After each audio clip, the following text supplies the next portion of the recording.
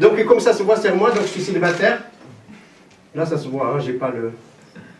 Sans enfant, sans hamster. Sans Amsterdam. Le féminin d'Amsterdam, c'est Amsterdam. Hein. Donc j'ai le droit d'être moche, hein, pour vous le dire. Je suis désolé, je suis né comme ça. Voilà. Donc je peux rien faire. Et il y a une fois qu'il y a une fille qui m'a dit, ouais Bouchard, la beauté, c'est la beauté de l'intérieur, ne t'inquiète pas. Hein. Ça c'est un argument de moche, hein, pour ne pas tomber dans la dépression. Vous n'avez pas remarqué vous n'avez pas remarqué qu'un beau mec ou une belle fille ne vous dira jamais que la beauté c'est la beauté de l'intérieur.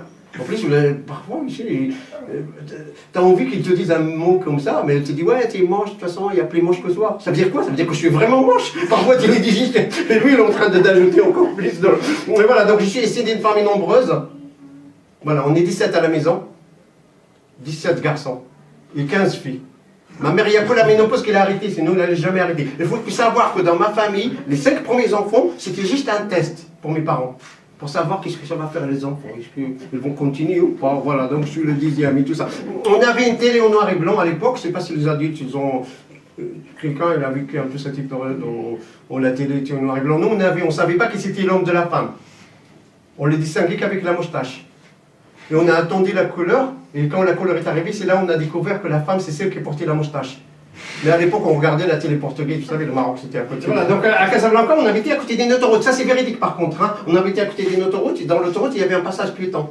Imaginez-vous la scène. Moi, j'avais 5 ans, j'ai traversé le passage piéton. Ça, c'est arrangé maintenant. Mais une fois, il y avait mon père était radin. Hein. Une fois, il a acheté un ballon. Il m'a dit, va jouer sur l'autoroute pour se débarrasser de moi. On avait un chien aveugle. Il m'a dit, va ramener le chien avec toi. Et le soir, je reviens, je lui dis, papa, celui-là. Il m'a dit, t'es pas moi, un blédard. Donc, je suis un blédard. Vous l'avez vu, hein. Donc, j'ai un accent. Est-ce que vous savez ce que c'est un blédard?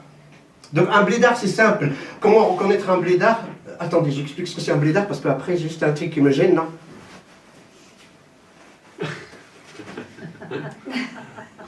Excusez-moi, c'est à ma cousine ça, parce que je l'ai acheté, parce que j'ai acheté, c'était 1 € la pièce. Voilà, donc à Auchan, voilà, et comme en fait, je voulais acheter un sac, et le sac, il m'a dit c'est 2 €. Donc le sac, il est plus cher que le soutien-gorge, donc je l'ai porté en fait. Je suis venu avec, et le problème c'est qu'il y a un taille au-dessous, donc je suis obligé, donc je les enlève. Et voilà, donc un blédard c'est quoi? En fait, un blédard c'est simple, c'est un mec qui a un portable, il parle comme ça en portable, jamais comme ça. Et le portable, il a des scotch et des élastiques. Il n'a pas de cache. Et quand il parle, il crie. Vous n'avez jamais trouvé un rebeu, un Renoir dans la rue qui est en train de crier? Et quand vous lui dites, monsieur, arrêtez de crier, il se dit, oui, le mec que j'appelle les noirs. Et alors?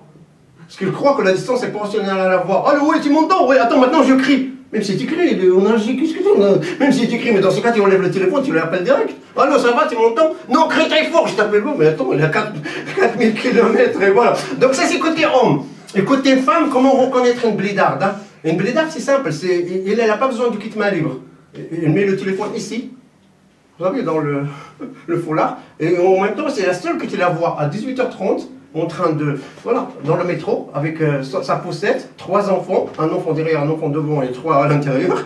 Voilà. Et où elle est au téléphone, elle est en train d'expliquer à sa sœur une recette voilà, de cuisine. Et là, il est en train de dire, s'il vous plaît, est-ce que vous pouvez m'aider à descendre le... Oui. Donc j'ai un ami qui avait un problème de perte de mémoire. Vous savez, voilà, une fois, il était en train de regarder BFM TV. Vous connaissez BFM TV? Oui. C'est la télé d'Alzheimer. Elle répète la même chose tous les demi-heures. Vous n'avez pas remarqué que dans les maisons de retraite, elle met toujours BFM TV? Merci, bravo. Oui, c'est pour la blague de tout à l'heure. Voilà, donc il était en train de regarder, il a ce problème, le mec il a ce problème de perte de mémoire, il était en train de regarder BFM TV. Et il a reçu un appel téléphonique qui lui a annoncé que sa femme est morte. Donc il a pris un taxi, il a roulé pendant 1 heure, et au bout d'1 heure, il s'est rendu compte qu'il n'a jamais été marié, le mec.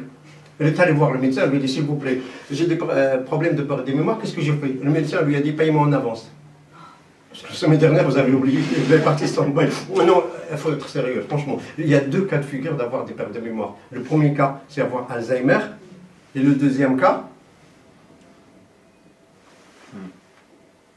je vais raconter une autre histoire, j'ai oublié. Je reconnais une histoire de Boomerang, vous connaissez? Une histoire de Boomerang. Mais je l'ai oublié là, elle va me revenir. Elle va me revenir. Vous mettre dans le répertoire téléphonique. Moi j'ai un ami qui s'appelle Ahmed, il m'a mis dans son répertoire téléphonique Boucha Homo. Je lui ai dit, moi je suis pas homo, pourquoi tu m'as inscrit comme ça? Je lui dis, on se rencontre où le premier jour? Il m'a dit à Carrefour. Où? Rayon hygiène et beauté. On était en train de parler de lessivement. Donc vous avez compris, hein? Donc quand vous ne connaissez pas quelqu'un, vous mettez l'endroit où, par exemple, je ne sais pas moi, Jules, je sais pas, Rigoletto, ou peu importe, voilà. Vous avez compris un petit peu. Donc vous mettez. Et moi, je l'ai mis. Dans mon répertoire, je l'ai enregistré. Il s'appelle Ahmed Papaoté. Elle m'a dit, oui, mais moi je ne m'appelle pas comme ça, pourquoi tu m'as inscrit comme ça? Je lui ai dit, on s'en rencontre le premier jour. Je lui ai dit, à Carrefour. Oh, rayon hygiène et beauté, oui. Il m'a dit, mais quel rapport? Je lui ai dit, oui, mais à Carrefour, il passait quoi comme Samson? Stromae. Je passe des petites annonces. Donc, je vends des poubelles neuves, si ça vous intéresse. J'ai pas eu le temps ce matin de les mettre dans le bon coin. Voilà, je vends des poubelles neuves, si ça vous intéresse. Donc, marque Mairie de Paris. Voilà. Je vends aussi un vélo neuf, aussi. Peinture métallisée, jante talus, direction assistée, donc de marque Philippe, si ça vous intéresse. Voilà. Donc sinon, je vends mon livre, hein, j'ai écrit un livre qui s'appelle Les paradoxes de la science, il est là. Donc ça coûte 99 €, un acheté, un offert. Voilà, donc je peux même faire la livraison. Hein. Quand on dort et on rêve qu'on est en train de dormir, est-ce qu'il faut se réveiller 2 fois ou pas? Vous suivez pas? Dans le deuxième chapitre, je dis que Dieu n'a pas créé la Terre. La Terre a été créée en Chine, vu la qualité. Ça m'étonne, il y a trop de pollution, regardez. Et la preuve, c'est marqué là. Et la preuve, c'est là, regardez. C'est marqué Made in China. Dans le troisième chapitre, je dis que la Terre ne tourne pas.